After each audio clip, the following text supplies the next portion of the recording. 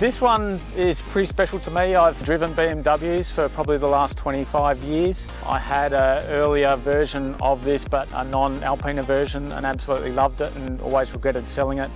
This one came up about 2.5 years ago out of a deceased estate, and I just had to have it. It probably goes back a few generations in my family. My great-grandfather had one of the first licences in Victoria, and that went on to my grandfather. My father raced cars in the 60s alongside Moffat, so I suppose you could say it's in the blood. The marque has always maintained a level of exclusivity. Even today they only make about 1,800 cars per annum globally, so having the correct decals on it and matching number plates to let people know what it is for those that don't know, because more often than not they just see the BMW badge and then don't look too much past that, but when they see this with the pinstriping and number plates and the Alpina badges, etc., they sort of take aback a little bit, and obviously this is something a little more special.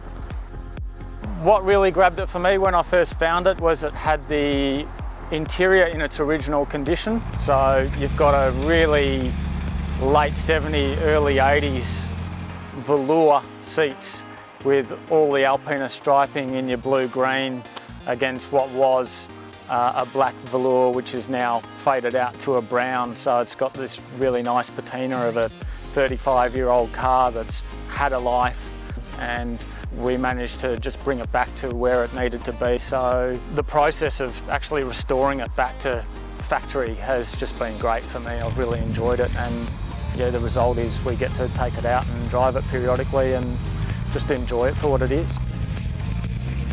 The cars were designed to be driven. It's not a race car, but it's not a town car either. The cars originate from Bavaria. Alpina is a bespoke manufacturer. It's a bit agricultural compared to a lot of your newer cars. You don't have all your traction controls and electronic throttles, etc. It is a pure driving machine. That makes it more fun, and it's getting back to the real spirit of driving for me. You can only put it in so fast before something's going to go askew. I don't drive my cars to that limit.